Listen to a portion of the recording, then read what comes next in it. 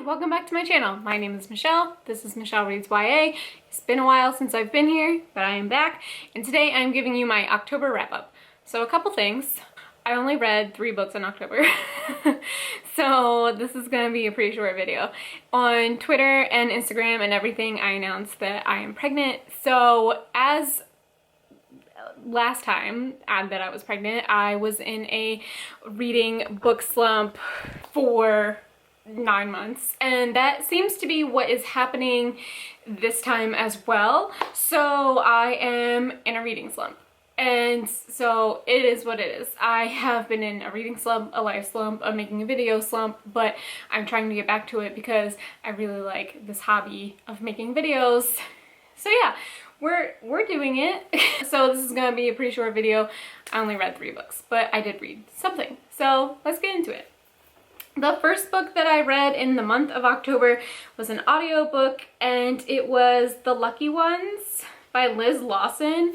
I ended up giving this 3 stars. I thought it was okay. It wasn't the best thing I've ever read. It wasn't the worst thing I've ever read. It was okay. Goodreads says I'm giving it 3.5. So 3.5 stars for The Lucky Ones. It was short but impactful. This is a story about a girl, May, who is the only one in the band room who survives a school shooting, and she loses her twin brother in this shooting. And then it also has a second perspective of Zach, whose mother is defending the shooter.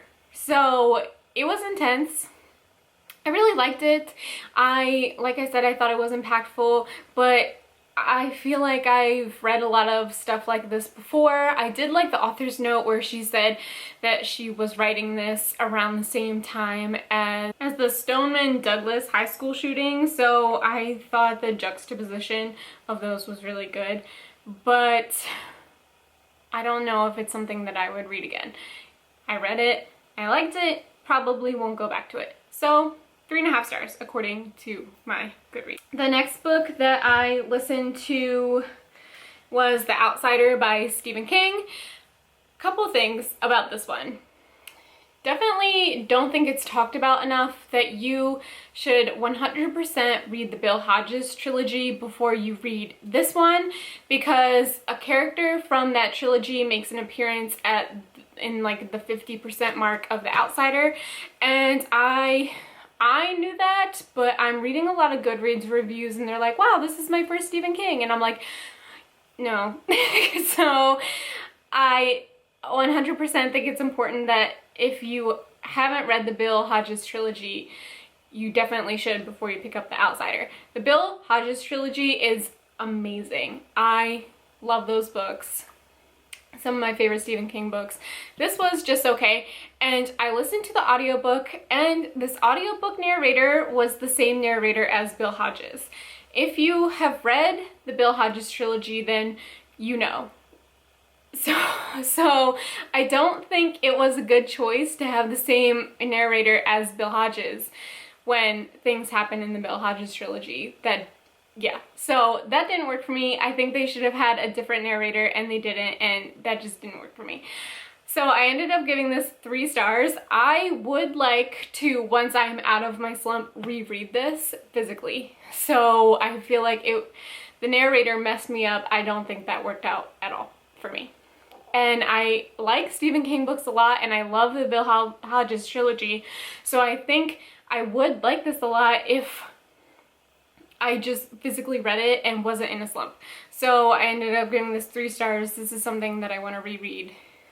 We shall see. And then last book that I listened to was Too Much and Never Enough: How My Family Created the World's Most Dangerous Man by Mary L. Trump.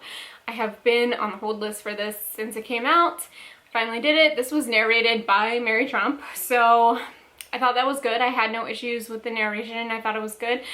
I just didn't think this was like the groundbreaking expose that people like talked about. So in this book, she mostly talks about Trump's father, Fred, which is fine. That's fine, but I just wanted like more dirt on Donald Trump, which is why I read the book. So it was okay for me. I I don't know if you are like me and you don't like Trump. I sure recommend it. It was like 5 hours. It was so fast. I finished it in one day, I'm pretty sure. So that was exciting because I hadn't done that at all in like 2 months. So, but otherwise it wasn't great. Like all these Trump books that people talk about on the media, like, haven't been good so far. So I'll probably give up that, especially now that he's lost. So I don't know, that's it. So those are the 3 books that I read for October. I am currently reading The Lock and Key Volume 4 by Joe Hill and Gabriel Rodriguez, I think. And I am also reading an arc of She Drives Me Crazy by Kelly Quinlan. I haven't read anything by her before, but this was a female-female romance. It's a female-female, enemies to lovers fake dating. So I'm like 30% in, and it's taking me forever because of this slump. But so far I'm really liking it. So yeah, so I'm hopefully back, taking it one day at a time. I feel much better.